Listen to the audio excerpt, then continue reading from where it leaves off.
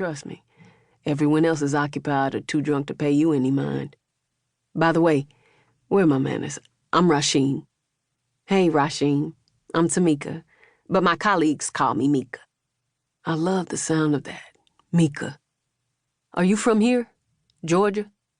Oh, no, I'm from Mount Vernon, New York. Wow, and up north, girl. I see where the feistiness comes from. What about you? I was born and raised in Atlanta. I'm a Grady baby. The rest of the night, we continued talking about everything from jobs to personal life. I found out he was a detective at the Stone Mountain Police Station. He was recently divorced and the father of 2. That should have been my cue to get to stepping, but my ass was feeling him. His conversation was very interesting, and he was a charmer. The rest of the night, we laughed and talked like we'd been knowing each other for years.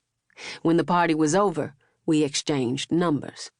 It was hard to ignore that we were definitely feeling each other. One date turned into 2 dates, and on the 3rd date, he invited me to his house. He was an officer, so I let my guard down and decided to go inside. After about an hour of drinking and flirting, next thing you know, I was lying in his king-size bed, legs spread wide apart and his head buried deep into my pussy. I screamed and moaned as he devoured me. He wasn't shy, and I made sure pussy juice was all over his face. He pinned me down to the bed and punished my pussy, exploring every inch of my petite body.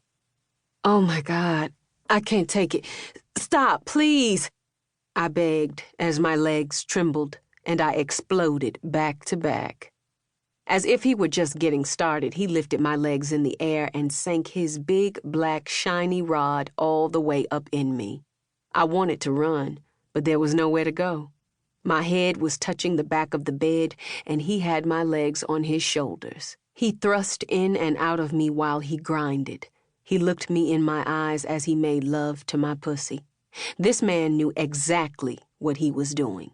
Not only was he fucking my pussy, but he was also fucking my soul, too.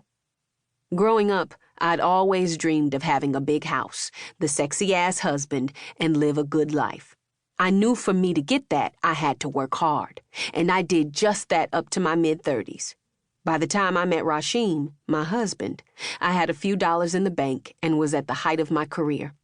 Meeting him was like putting the icing on the cake. He was a well-established detective in the homicide division and a prominent member of his community. After dating for about a year, he popped the question to me, and I quickly accepted. A few days later, I found out I was pregnant with our daughter, Ki-Amani. It was a blessing because, for years, I had problems conceiving. I always call her my miracle child.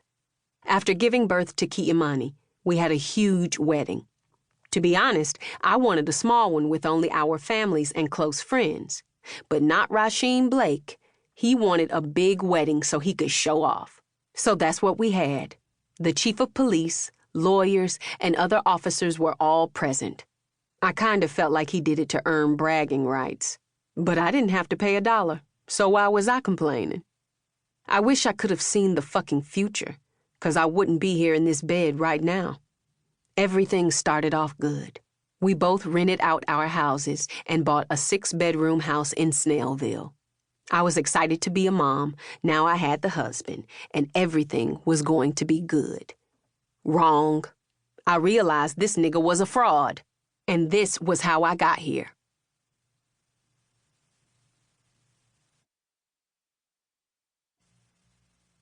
Chapter 1. Jakeel. 3 days earlier, Friday morning. Inmate Green to R&D. Inmate Green to R&D, the bitch hollered over the intercom. I grabbed my things and ran out of the unit.